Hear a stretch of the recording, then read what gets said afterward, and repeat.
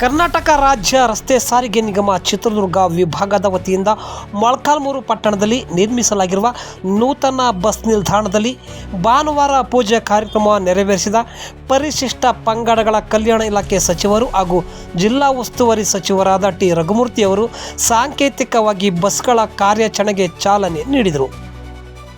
ಈ ವೇಳೆ ಮಾತನಾಡಿದ ಸಚಿವ ಟಿ ರಘುಮೂರ್ತಿಯವರು, ಇದು ಬಸ್ ನಿಲ್ದಾಣದ ಅಧಿಕೃತ ಉದ್ಘಾಟನಾ ಸಮಾರಂಭವಲ್ಲ.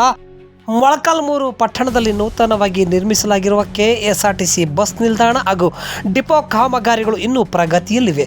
ಆದರೆ ಸಾರ್ವಜನಿಕರು ಹಾಗೂ ಪ್ರಯಾಣಿಕರ ಅನುಕೂಲಕ್ಕಾಗಿ ಸಾಂಕೇತಿಕವಾಗಿ ಬಸ್ಗಳ ಕಾರ್ಯಾಚರಣೆ ಪ್ರಾರಂಭಿಸಲಾಗಿದೆ ಎಂದು ಹೇಳಿದರು. ಮೊಳಕಾಲ್ಮೂರು ಪಟ್ಟಣದ ನೂತನ ಬಸ್ ನಿಲ್ದಾಣ ಅಂದಾಜು ರು 5.45 ಕೋಟಿ ವೆಚ್ಚದಲ್ಲಿ ಈ ಬಸ್ ನಿಲ್ದಾಣ ನಿರ್ಮಾಣಗೊಂಡಿದೆ. 2018ರಿಂದ 2023 ಅವಧಿಯ ಸರ್ಕಾರದಲ್ಲಿ ಮಂಜೂರಾಗಿದ್ದ ಈ ಯೋಜನೆಯ ಕಾಮಗಾರಿ ಪ್ರಸ್ತುತ ಪೂರ್ಣಗೊಳ್ಳುವ ಹಂತಕ್ಕೆ ಬಂದಿದೆ.